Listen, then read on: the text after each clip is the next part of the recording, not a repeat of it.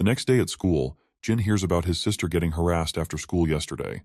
But his friends quickly reassure him that Jaehyung handled it, with Orangehead confirming that he knocked the guy in the head a couple of times and sent him on his way. Suddenly, Seokju pops into the scene and quickly asks what the harasser looked like. Yongchan explains that he was in a Gosok tech uniform. As soon as they hear this, Seokju perks up, and Jin points out that it's the same school they had trouble with a while back. My guy then gets absolutely furious, realizing that someone harassing his sister from Gosok seems way too coincidental. Seokju agrees, saying they can't just overlook this. Meanwhile, the beta bullies, who are usually eager to pick fights, are feeling unusually anxious about the situation. Even they think that jumping to conclusions might be premature.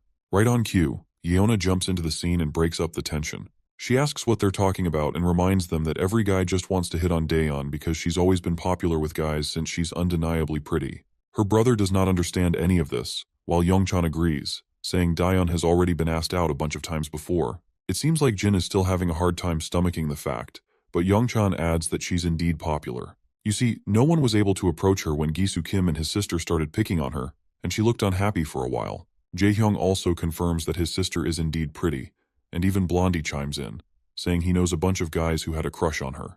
Jin still has no clue how to react to this, and looks more thoughtful. Meanwhile, the beta bullies are left wondering if this is such a hard concept for Jin to understand. But then Seokju speaks up again, saying they should still get to the bottom of this. Jin responds positively, and Seokju decides they can go right after school since there's no training.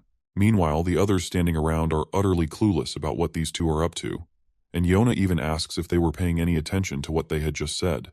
The scene then cuts to Goshok's turf, where Taisu is sitting in a chair, looking pretty annoyed. His lackey is filling him in on how everyone is treating them like trash. Recently, Seongsuk High even gave them a beating, and all the nearby schools are treating them badly these days. Taisu reflects on how just a few days ago, he was yelled at by his seniors, and everything seems to have fallen apart since he messed with our boy. His lackey quickly gathers all the boys and tells his boss that they need to do some damage control before things get out of hand. The boss stays quiet, letting his cigarette fall and squashing it under his foot. He decides to go along with the plan, and his lackeys crack smiles, seeing their boss in better spirits. That's when Jin bursts into the room with Seokju. The boss's face turns terrified at the sight of these familiar faces, and even the lackeys who were smiling a moment ago now look scared. Everyone steps aside as Jin heads straight for the boss. He suddenly stops and asks Taisu why he harassed his little sister. Taisu's mind flashes back to when he saw the siblings walking down together, and quickly explains that he had no clue she was Jin's sister. Of course, Taisu's response only boils Jin's blood, and even Seokju starts exuding a deadly aura. The boss quickly begins to scream, saying that the encounter with his sister was purely coincidental. He further explains that his little brother just tried to talk to her because he saw her on the street and didn't know she was Jin's sister until now. Our boy is intrigued to hear this, and the man further explains that his brother didn't mean anything by it.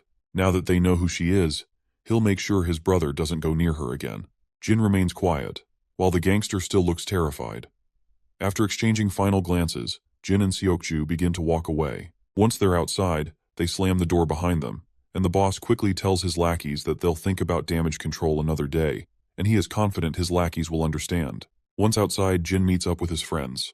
They ask what was said, and he reveals that it was indeed a coincidence, and that the guy who talked to Daeon is Taisu's younger brother. Jaehyun is rattled out of his mind to hear this, and his soul nearly leaves his body when he hears this. Meanwhile, Yona reminds them that she had already told them there was nothing to worry about. But Jin states that he still plans to keep a close eye on them for the time being. After all, they can't just take their word for it. A while later, Jin is sitting with Mr. Cha, who looks at his ramen and the other strange stuff and remarks that it's been a long time since he had food like this outside a convenience store.